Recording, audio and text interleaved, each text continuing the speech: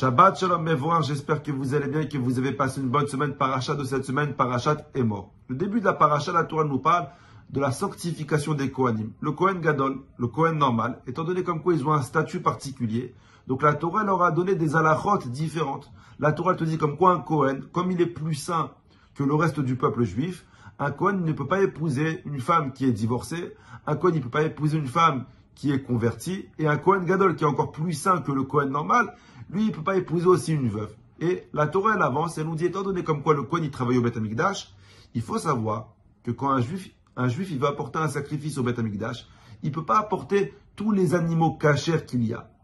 Il y a des centaines d'espèces d'animaux cachers, mais en tant que sacrifice, on peut apporter seulement 5 espèces. Et la Torah nous dit, un homme, il peut apporter en sacrifice au Beth Amikdash un taureau, il peut apporter en sacrifice au Beth Amikdash un mouton, une chèvre.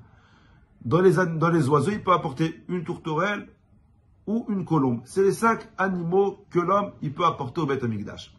Et le Midrash, Rabba, il pose une question. Rabba, il dit, mais je ne comprends pas. S'il y a des centaines d'espèces d'animaux cachers, pourquoi on peut offrir en offrande seulement ces 5 espèces d'animaux?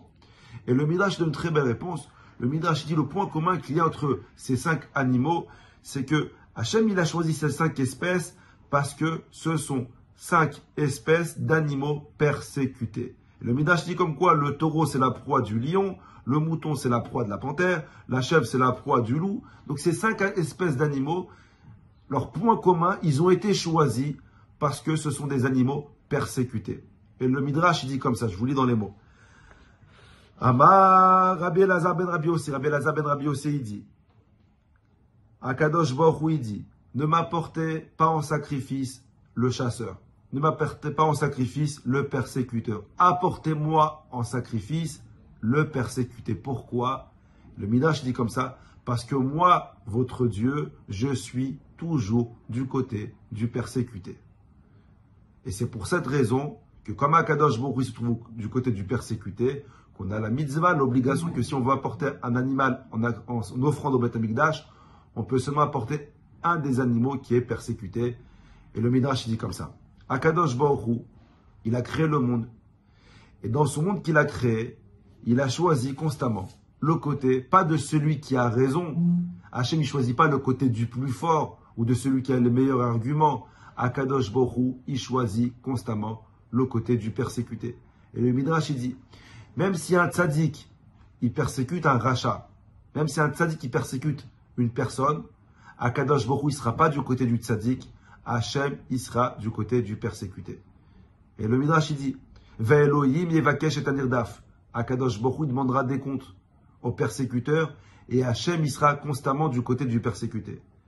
Et la Gemara dit, Rabbi Neora, Rabbi Meir Baladas, il dit, Akadosh Baruch Hu, il a été du côté de Hevel quand il a été persécuté par Caïn. Akadosh Baruch Hu, il a été du côté de Noach quand il a été persécuté par sa génération. Akadosh Baruch Hu, il a été du côté de Avraham quand il a été persécuté par Nimrod. Akadosh Baruch Hu, il a été du côté de Yitzhak quand il a été persécuté par les Pélishtim.